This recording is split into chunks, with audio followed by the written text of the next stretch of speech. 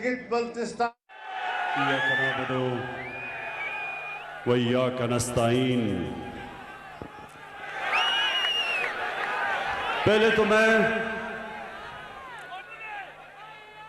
कोटली के रहने वाले शहरियों,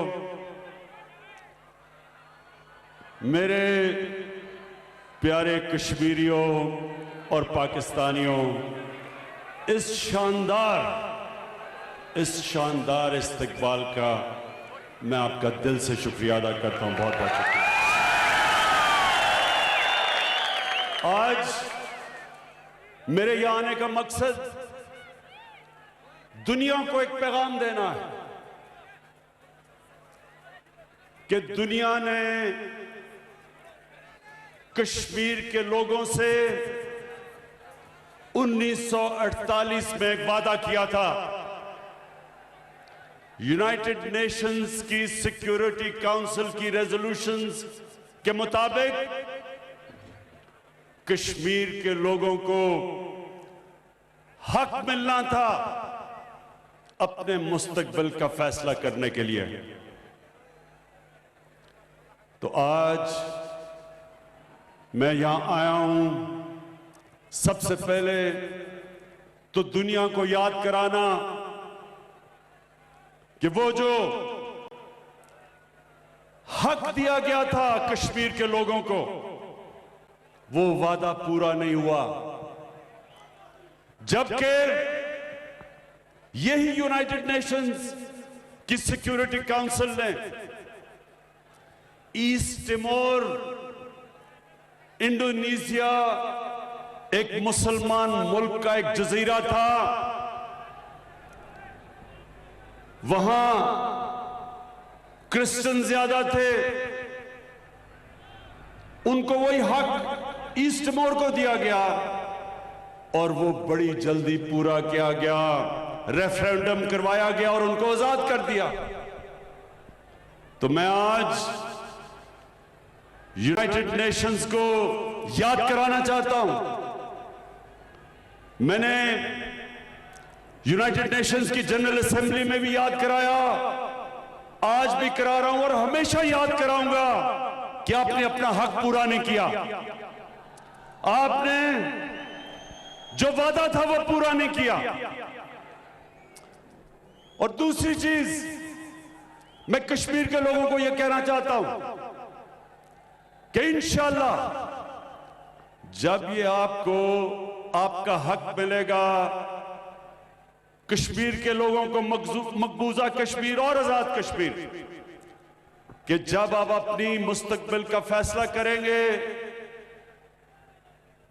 और कश्मीर के लोग इंशाअल्लाह जब पाकिस्तान के हक में फैसला करेंगे, मैं ये भी आज कहना चाहता हूं कि उसके बाद पाकिस्तान कश्मीर के लोगों को वो हक देगा, उनको वो राइट देगा कि आप आजाद रहना चाहते हैं या आप पाकिस्तान का हिस्सा बनना चाहते हैं। ये आपका हक होगा। मैं आज दूसरी वजह से यहां इसलिए आया हूं कि मैं मकबूजा कश्मीर के लोगों को एक पैगाम देना चाहता हूं। और जिस तरह अभी मेरे से पहले वजीर खारजा ने कहा कि सारा पाकिस्तान आज मकबूजा कश्मीर की अवाम के साथ खड़ा है, लेकिन सिर्फ सारा पाकिस्तान ही नहीं आपके साथ खड़ा, मुसलमान दुनिया आपके साथ खड़ी है।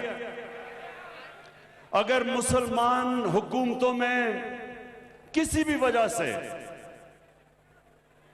वजह से भी अगर वो आपको आज सपोर्ट नहीं कर रही, ये मैं आपको यकीन दिलाता हूं कि सारी मुसलमान दुनिया की अवाम मकबूजा कश्मीर के लोगों के साथ खड़ी है। बल्कि मैं इससे भी आगे जाता हूं, वो लोग जो मुसलमान भी नहीं लेकिन जो इंसाफ पसंद हैं, वो भी सब आज समझते हैं कि कश्मीर के लोगों को वो हक देना चाहिए जो यूनाइटेड नेशंस ने वादा किया था। मैं ये भी कश्मीर के मकबूजा कश्मीर के लोगों को आप पैगाम देना चाहता हूं कि हमें सब एहसास है जिस तरह के जुल्म आप पे हुए हैं और हो रहे हैं, जिस तरह घरों में खबर आती है, मां बाप को खबर आती है कि उनके बेटे को गायब कर दिया गया, कहीं ले गए, जेल पे ले गए, या खबर आती है कि बेटा शहीद हो गया। मैं आपको एक बाप होते हुए ये कहना चाहता हूं कि हम सबको पता है कि आपके ऊपर क्या गुजरती होगी, किस किस्म की तकलीफों का आप सामना कर रहे हैं, किस किस्म के जालिम का आप मुकाबला कर रहे हैं और खड़े हैं आप। मैं ये भी आपको कहना चाहता हूं कि मेरे में जितनी भी हिम्मत हुई, हर फोरम के ऊपर मैं आपकी आवाज बुलंद करूंगा और कर रहा हूं और करता रहूंगा, चाहे यूनाइटेड नेशंस हो, चाहे दुनिया के लीडर्स हो, यूरोपियन यूनियन के लीडर्स हो, बर्तानिया का जो पिछला अमेरिका का सदर था, 3 दफा उससे मैंने ताकीद की कि कश्मीर का मसला हल करें। मीडिया के ऊपर आपकी आवाज उठाऊंगा। आप मुतमईन हो जाएं कि जब मैंने कहा था कि मैं कश्मीर का सफीर बनूंगा, जब तक कश्मीर आजाद नहीं होगा, सारी जगह आपकी आवाज बुलंद करूंगा।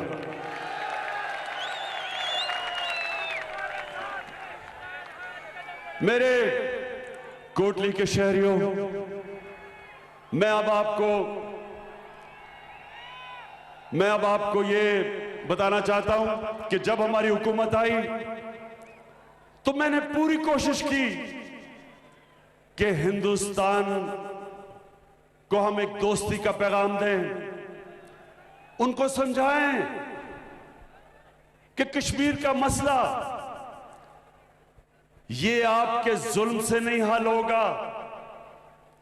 दुनिया की तारीख ये बताती है कि कोई भी दुनिया की ताकतवर फौज एक आबादी के खिलाफ नहीं जीत सकती। जब एक कौम सारी खड़ी हो जाए, बड़ी से बड़ी फौज दुनिया की तारीख हमें बताती है कि फेल हो गई। अमेरिका सुपर पावर वियतनाम में नहीं जीत सका, 30 लाख लोगों की कुर्बानी दी वियतनाम के लोगों ने और आखिर आजाद हो गए। सुपर पावर नहीं जीत सकी। अफगानिस्तान की तारीख बताती है कि कितनी सुपर पावर्स आई हैं अफगानिस्तान में, लेकिन एक आबादी के खिलाफ कोई सुपर पावर नहीं जीत सकती। अल्जीरिया में फ्रांस ने कितना जुल्म किया, लेकिन आखिर आबादी के खिलाफ फ्रांस नहीं जीत सका। हिंदुस्तान 9 लाख फौज ले आए, ज्यादा भी फौज ले आए, लेकिन वो एक आबादी है कश्मीर के लोगों की जो आपकी गुलामी कबूल कभी नहीं करेगी। जो बच्चा पैदा होता है कश्मीर में, उसके भी दिल में सबसे पहले आजादी का जज्बा जाता है। जितने मर्जी जो मर्जी आप करें, कश्मीर पे 1 लाख कश्मीरी शहादत दे चुके हैं। मैं आज हिंदुस्तान को कहता हूं कि ये आप कभी जीत सकते ही नहीं। जब एक आबादी मानती नहीं है आपको, और जो थोड़े से लोग कश्मीर में हिंदुस्तान की हिमायत करते थे, जब से 5 अगस्त से जो आपने जुल्म करना शुरू किया, लॉकडाउन किया, कर्फ्यू लगाए, वो भी थोड़े से लोग आज आजादी चाहते हैं। कोई हिंदुस्तान, कोई कश्मीर का सियासतदान जो प्रो इंडिया हो, मैं आज आपको लिख के देता हूं कि वो कभी वोट जीत ही नहीं सकता, इलेक्शन ही नहीं जीत सकता हिंदुस्तान कश्मीर में।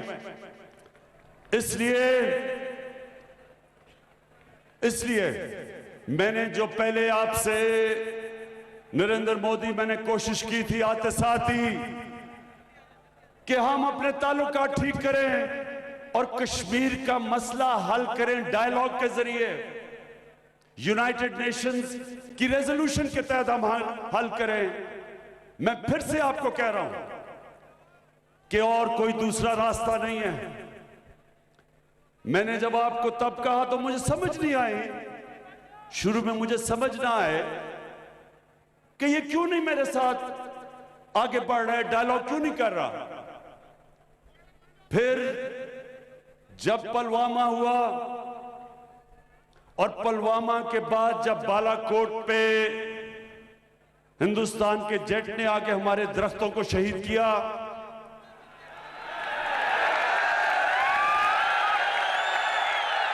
आपको पता है मुझे दरख्तों से खास लगा हुआ है, तो बड़ी मुझे तकलीफ हुई कि हमारे उन्होंने दरख्त शहीद कर दिए।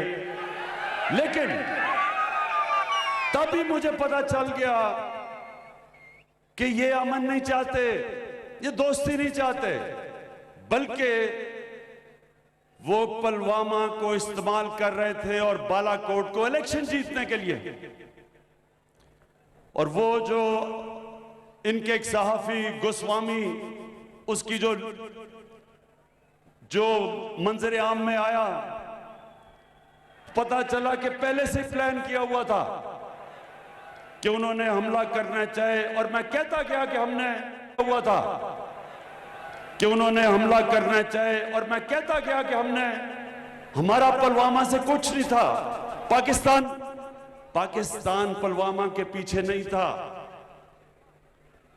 लेकिन पहले से प्लान किया था कि बमबारी करेंगे, उसको इस्तेमाल करेंगे इलेक्शन जीतने के लिए। फिर मंजर आम में क्या आया, यूरोपियन यूनियन की डिसइंफॉर्मेशन लैब, पता चला कि 600 इन्होंने फेक साइट्स बनाई हुई थी, फेक अकाउंट्स की, जिसमें से पाकिस्तान की फौज के खिलाफ और इमरान खान के खिलाफ। तो हम दोस्ती कर रहे थे, आप जड़ें काट रहे थे हमारी। लेकिन आज अब सबके सामने जो आरएसएस का एजेंडा था, जो उनकी आइडियोलॉजी थी, वो सबके सामने है, मंजर आम पे है। मैंने हर फोरम पे कहा कि जब भी कोई आरएसएस जिस तरह का एजेंडा लेके आया, हमेशा असल नुकसान अपने मुल्क को करवाया। आज हिंदुस्तान में हालात देखें, मुल्क तकसीम हुआ है। असल में आरएसएस की आइडियोलॉजी ने सबसे ज्यादा नुकसान हिंदुस्तान को पहुंचाया और पहुंचाएगा। आज हिंदुस्तान के किसान निकले हुए हैं, मुसलमानों के जो हालात हैं वो सबके सामने हैं। जो उन्होंने 2 सिटीजनशिप की लेजिस्लेशन लेके आए, मुसलमान अलहदा तंग, किसान अलहदा तंग, जो अकलियतियां हिंदुस्तान की वो सब डरी हुई हैं, क्योंकि इस तरह की आइडियोलॉजी थोड़ी देर के लिए तो फायदा पहुंचा देती है, इलेक्शन भी जिता देती है, लेकिन उसके बाद माशरे का सबसे ज्यादा नुकसान इस तरह की फैशिस्ट आइडियोलॉजी करती है। हमारे नबी सल्लल्लाहु अलैहि वसल्लम रहमतुल आलमीन थे, इंसानों के लिए रहमत बन के आए थे, रहमतुल मुस्लिमीन नहीं थे। सब इंसानों के लिए रहमत बन के आए थे। उन्होंने सब इंसानों को इकट्ठा किया, तकसीम नहीं किया। दुनिया की तारीख का सबसे बड़ा लीडर, ना कभी कोई माजी में आया और ना कोई आ सकता है। तो हमें अल्लाह ने कहा उनकी सुन्नत पे चलो, जो भी उनकी सुन्नत पे चलता है वो होता है लीडर। कायदे आजम, जब कायदे आजम ने सियासत शुरू की तो हिंदू मुस्लिम एम्बेसडर कहलाए जाते थे, इंसानों को इकट्ठा करने वाले लीडर कि मिलकर आजादी की जंग लड़े। जो नेल्सन मंडेला, जो सारा साउथ अफ्रीका उसको क्यों मानता है? उसने इंसानों को इकट्ठा किया, तकसीम नहीं किया। एक तकसीम हुए माशरे को जोड़ा। तो नरेंद्र मोदी, मेरा सबसे बड़ा पैगाम आपको ये कि आप जो हिंदुस्तान को तकसीम करके ये हिंदुत्वता की जो आइडियोलॉजी है, ये आपको इलेक्शन तो जिता देगी, ये हिंदुस्तान की तबाही, ये तबाही की आप बुनियाद रख रहे हैं। तो आज मैं फिर से आपको कहता हूं कि कश्मीर का मसला हमारे साथ मिलकर हल करें, और उसके लिए सबसे पहले जो आपने 5 अगस्त को ये कदम उठाया था 370 आर्टिकल खत्म करने का, उसको रिस्टोर करें और फिर हमारे से बात करें, और यूनाइटेड नेशंस की रेजोल्यूशन के तहत कश्मीरियों को वो हक दें जो दुनिया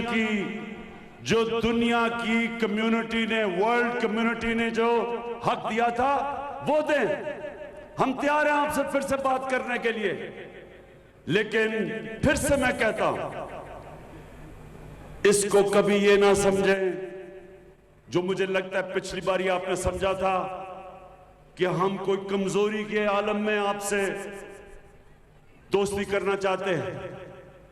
ये मुल्क पाकिस्तान, ये मुल्क उन लोगों का है जो ला इलाहा इल्लल्लाह के कलमे के ऊपर मुल्क बना था। अल्लाह के सिवा किसी के सामने ये झुकने वाले लोग नहीं हैं। ये किसी से ना कभी किसी का खौफ है, ना हो सकता है। जो अल्लाह, एक अल्लाह की गुलामी करता है वो कभी किसी और की गुलामी नहीं कर सकता। इसलिए कभी ये ना समझना कि जब हम कहते हैं हम आपसे दोस्ती करेंगे कि हमें किसी किस्म का खौफ या डर है। हम चाहते हैं कि कश्मीर के लोगों को उनका हक मिले। हम चाहते हैं ये जुल्म खत्म हो। हम चाहते हैं कश्मीरी भी अपनी जिंदगी का खुद फैसला करे। ये इनका ह्यूमन राइट है, ये इनका डेमोक्रेटिक राइट है, और इंशाअल्लाह इस राइट के लिए सारा पाकिस्तान कश्मीर के लोगों के साथ खड़ा है।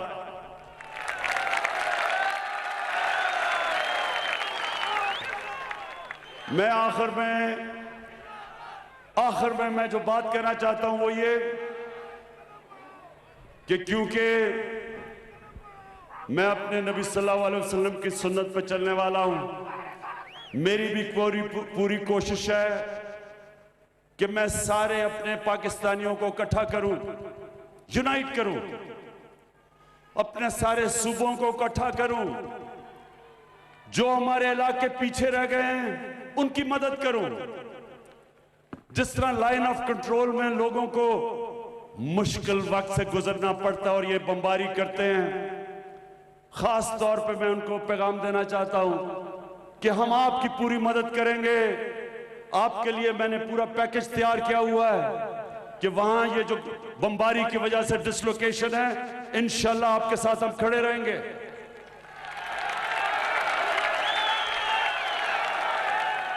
मैं हर किस्म की सोच के साथ बात करने के लिए तैयार हूं, हर किस्म के नजरिए के साथ मैं बात करने के लिए तैयार हूं, लेकिन जो मैं कभी किसी किस्म की मुफाहमत जो मैं नहीं करूंगा, मैं कभी बड़े बड़े डाकुओं को एनआरओ नहीं दूंगा।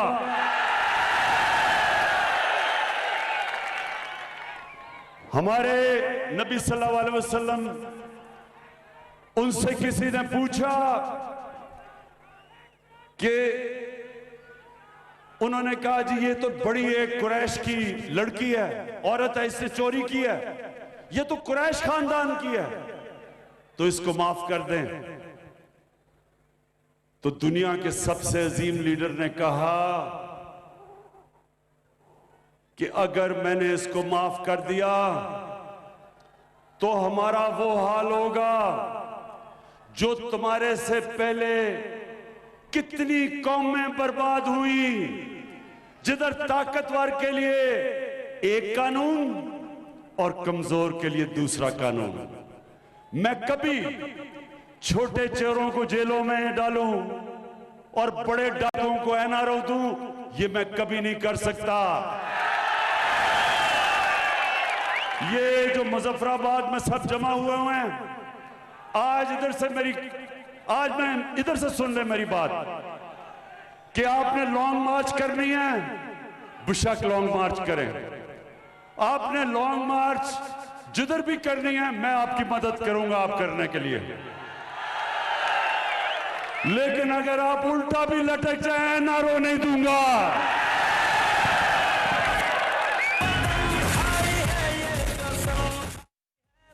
वज़ीर-ए-आज़म इमरान खान